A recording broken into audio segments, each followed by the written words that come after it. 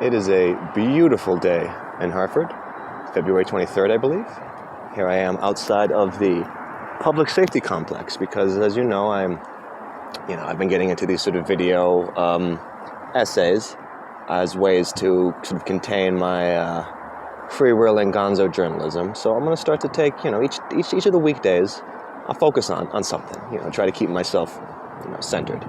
So I think Tuesdays, I'm going to start to do a series called The Thin Blue Lie Tuesdays.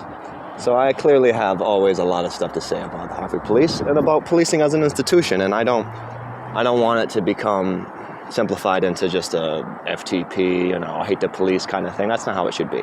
Things are very complicated. But there's lots of things, lots of issues, lots of fundamental, systematic issues within Hartford Police Department. Hartford Police Department, despite the fact that they always try to say, oh, we're different, we're one of the best, we're one of the most progressive. No. Hartford as a city is a colonizer city based on racist and classist inequities. It's been that way ever since the highways divided it, ever since the railroad lines divided it, and it's been cemented in stone since redlining.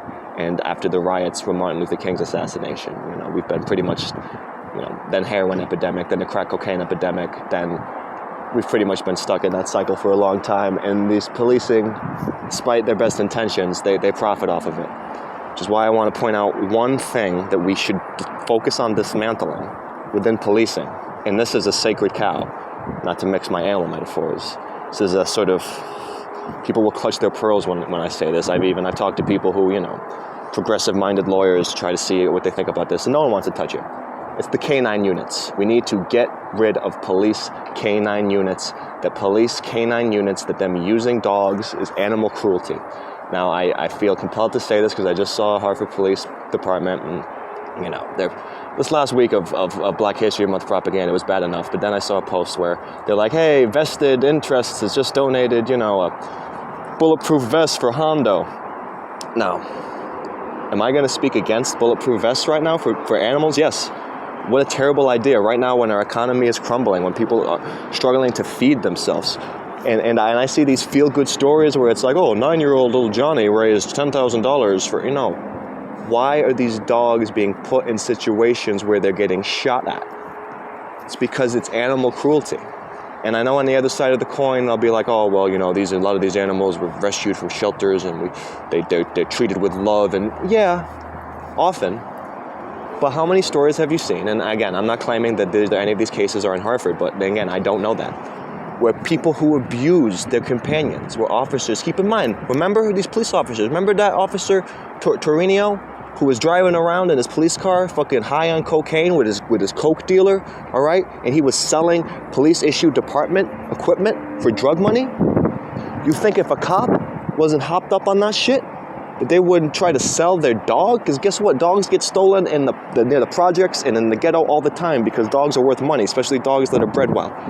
Do you think a cop wouldn't abuse it? You think in the police institutions where we have officers that we know, like James Guzzi, who's arrested twice, abusing he's probably his ex-wife now, but abusing his wife, a known domestic abuser, and we know that police officers, and some people say it's 40%, I think that's honestly, that's a little ridiculous, that's a little maybe too high, but a lot of police officers either become domestic abusers because of the PTSD and the trauma that they gain on the job that we don't deal with, or these are officers who are coming back from the war. Now keep in mind how we also use canines for war as well. They're coming back from the war machine. They got all these undiagnosed post-traumatic stress, substance abuse issues, the rate of suicide is at an all-time high, and what other work will these people do?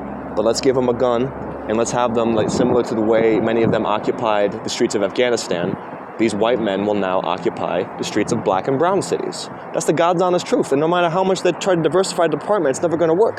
Because people who were raised by these streets were raised with police repression. And a few will try to do the right thing, but what happens to them? They get run out of the department. They try to do the right thing. Like the guy who's suing the department right now.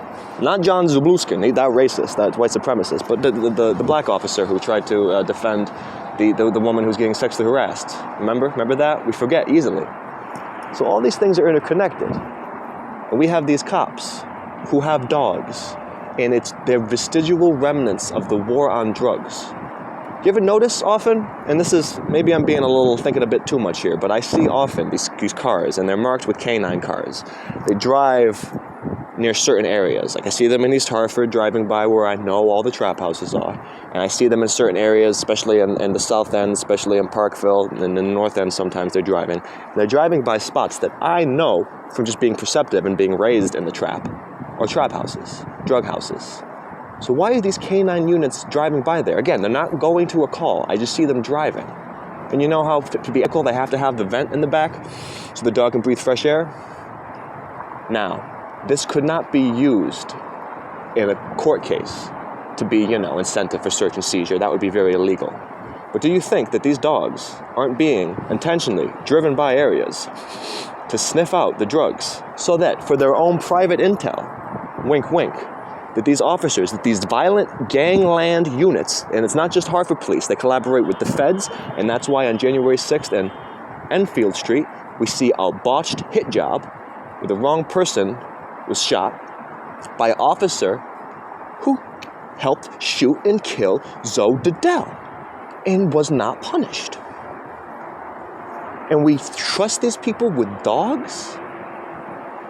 These people abuse, these people treat human beings like dogs, all right? They might actually treat these dogs a little bit better, but we can't trust them with them. We need to make sure that we cut canine funding.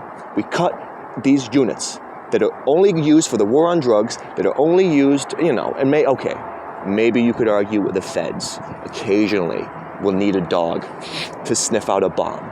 But they can do that with bees. They can do that with the technology that they have.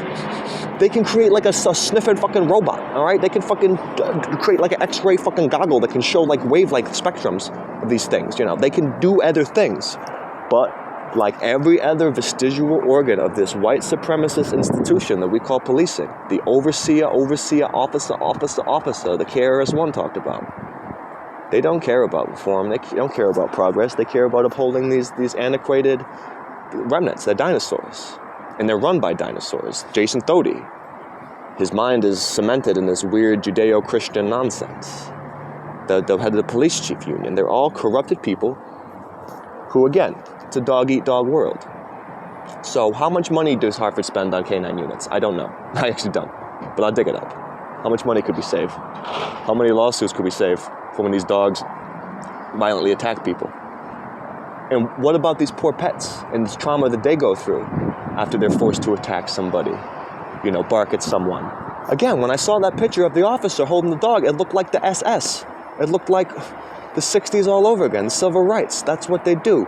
The boots was on our heads, the dogs was on our crotches. That's what Killer Mike sang about, and that's what we're living through right now. So again, I'll say this with full assurity. The Hartford Police is a broken, and it's not even a broken institution. It's an institution that's doing exactly what it's supposed to, and it's wrong. And we couldn't even defund them a paltry $1.5 million without everyone losing their minds. And Luke Bronin has no spine. So, what are we gonna do? Love and peace from the heart, though, and stay woke, not folk, And if anybody has any questions, if they think the things that I'm saying are wrong or foolish, please reach out to me with love and peace and with a little bit of open-mindedness, and we can talk. And if any Hartford police officers are in here and they want to be interviewed next Tuesday for my Thin Blue Lie Tuesdays, well, I'm going to be out here, so they know where to find me. Love and peace from Hartford, Connecticut. Mr. Hartford Positive, signing off.